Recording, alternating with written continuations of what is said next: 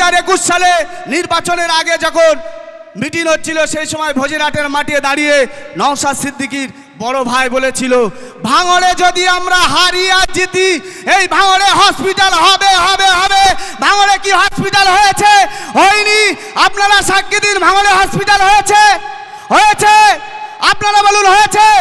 তাহলে ফুরফুরা শরীফ পীরজাদা নামের পরে কি আছে? সিদ্দিকী। আমরা জানি সত্যবাদী। সিদ্দিকী মানে কি? সত্যবাদী, সত্য কথা বলে।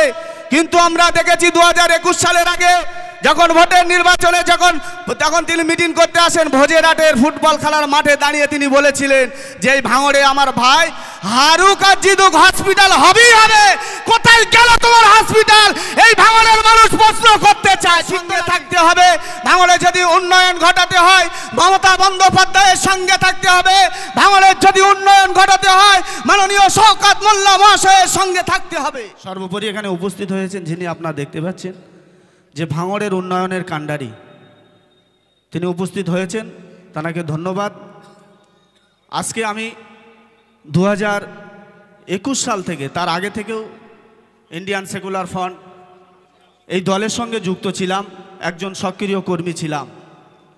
কিন্তু 2021 সালে আমরা এই ভাঙড়বাসী, এই চালতাবেড়িয়া অঞ্চলের মানুষ দুহাত ভরে আমরা বিধায়ক নওশাদ সিদ্দিকীকে ভোট দিয়ে আমরা বিধায়ক তৈরি করেছিলাম। কিন্তু 21 সালের পর থেকে 22 সাল 23 সালে আমরা পঞ্চায়েত নির্বাচনে কন্টেস্ট করি। সেই 23 সালে নির্বাচনে আমরাও জয়লাভ করি। কিন্তু 23 সাল থেকে 24 সাল 1 বছর আমি মেম্বার হিসাবে চালতাবেড়িয়া অঞ্চলের কোষপুকুরের প্রতিনিধি হিসাবে ছিলাম। কিন্তু বিধায়ক নওশাদ সিদ্দিকী তিনি 21 সাল থেকে এই 24 সাল শেষ হতে যায়, প্রায় 5 বছর শেষ হতে যায়। আমরা দেখতে পেয়েছি এই ভাঙড়ের মাটিতে না হয়েছে কোনো রাস্তা, না হয়েছে কোনো রকমের ড্রেন, না হয়েছে কোনো জলের ব্যবস্থা, না পেরেছে একটা মানুষের ঘরের মাথার উপরে যে ছাদ, সেই ছাদের ব্যবস্থা। আজকে আমরা ভাঙড়বাসী সব জায়গায় পিছিয়ে আছি। সেই জন্য আমরা ভেবেছি যে 2021 সাল থেকে ইন্ডিয়ান সেকুলার ফ্রন্টের প্রতিনিধিত্ব করেছি। কিন্তু নওশাদ সিদ্দিকীর হাত ধরে এই ভাঙড় কেন চালতাবেড়িয়ার অঞ্চলের কোনো বুথে আমরা 1 ফুট ঢালাই রাস্তা করতে পারিনি, একটা ড্রেন করতে পারিনি। সেই সময় আমরা ভেবেছি যদি উন্নয়ন করতে হয়, কেন আমরা যে রাজনীতিটা করি উন্নয়নের জন্যে, মানুষের পাশে দাঁড়ানোর জন্যই আমরা রাজনীতি করি, প্রত্যেকেই সেই জন্যই রাজনীতি করে। আমরা তখন দেখলাম যে ভাঙড়ে যদি আমরা উন্নয়ন করতে চাই তাহলে শাসক দল তৃণমূল কংগ্রেসের সঙ্গেই থাকতে হবে।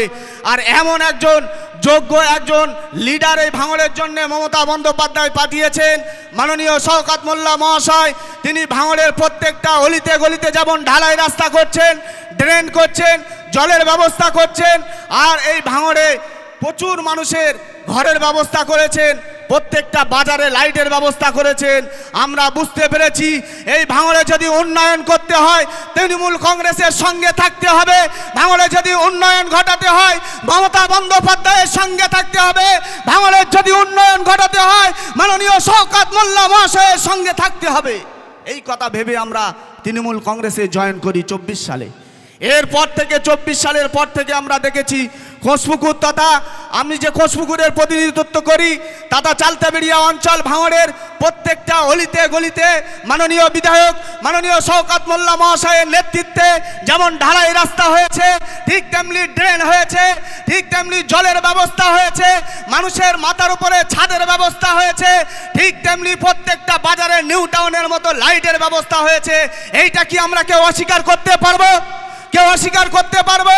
আমরা দেখেছিলাম 2021 সালে নির্বাচনের আগে যখন মিটিং হচ্ছিল সেই সময় ভোজেরহাটের মাঠে দাঁড়িয়ে নওশাদ সিদ্দিকীর বড় ভাই বলেছিল, ভাঙড়ে যদি আমরা হারি আর জিতি এই ভাঙড়ে হসপিটাল হবে হবে হবে। ভাঙড়ে কি হসপিটাল হয়েছে? হয়নি। আপনারা সাক্ষী দিন, ভাঙড়ে হসপিটাল হয়েছে? হয়েছে? আপনারা বলুন হয়েছে? তাহলে ফুরফুরা শরীফ পীরজাদা নামের পরে কি আছে? সিদ্দিকী। আমরা জানি সত্যবাদী। সিদ্দিকী মানে কি? সত্যবাদী, সত্য কথা বলে। কিন্তু আমরা দেখেছি 2021 সালের আগে যখন ভোটের নির্বাচনে তখন তিনি মিটিং করতে আসেন ভোজেরহাটের ফুটবল খেলার মাঠে দাঁড়িয়ে তিনি বলেছিলেন যে এই ভাঙড়ে আমার ভাই হারুক আর জিদুক হসপিটাল হবেই হবে। কোথায় গেল তোমার হসপিটাল? এই ভাঙড়ের মানুষ প্রশ্ন করতে চায়, ঠিক তো না ঠিক? ঠিক না বেঠিক? ভাঙড়ের মানুষ জানতে চায় হসপিটালটা কোথায় হয়েছে। ভাঙড়ের মানুষের জন্য একটা অ্যাম্বুলেন্স দিতে পারলে না, ভাঙড়ের মানুষের জন্য একটা ঢালাই রাস্তা করতে পারলে না, ভাঙড়ের মানুষের জন্য একটা ড্রেনের ব্যবস্থা করতে পারলে না, একটা লাইটের ব্যবস্থা করতে পারলে না। আজকে চালতেবেড়িয়া অঞ্চলে যারা আইএসএফ করেন এখনো তাদের কাছে অনুরোধ করছি, আপনারা ফিরে আসুন, উন্নয়নের সঙ্গে আসুন, তৃণমূল কংগ্রেসের সঙ্গে আসুন। আগামী দিন আসছে, অনেক ভাওতা দেবে। আর আমরা যেই চালতেবেড়িয়া অঞ্চলের মানুষ সংখ্যালঘু অধ্যুষিত এলাকা, এখানে মুসলিম বেশিরভাগ মানুষ বসবাস করি আমরা, ঠিক তো নাকি? তাহলে আমাদের ভিতরে চাইছে যে এই মুসলমানদের ভিতরে মুসলিমদের ভিতরে বিভাজন তৈরি করে ভাগ করে দিয়ে ফায়দাটা বিজেপির হাতে তুলে দেওয়ার চেষ্টা করছে। আমরা সেগুড়ে বালি, আমরা এই দিকে পা দেব না।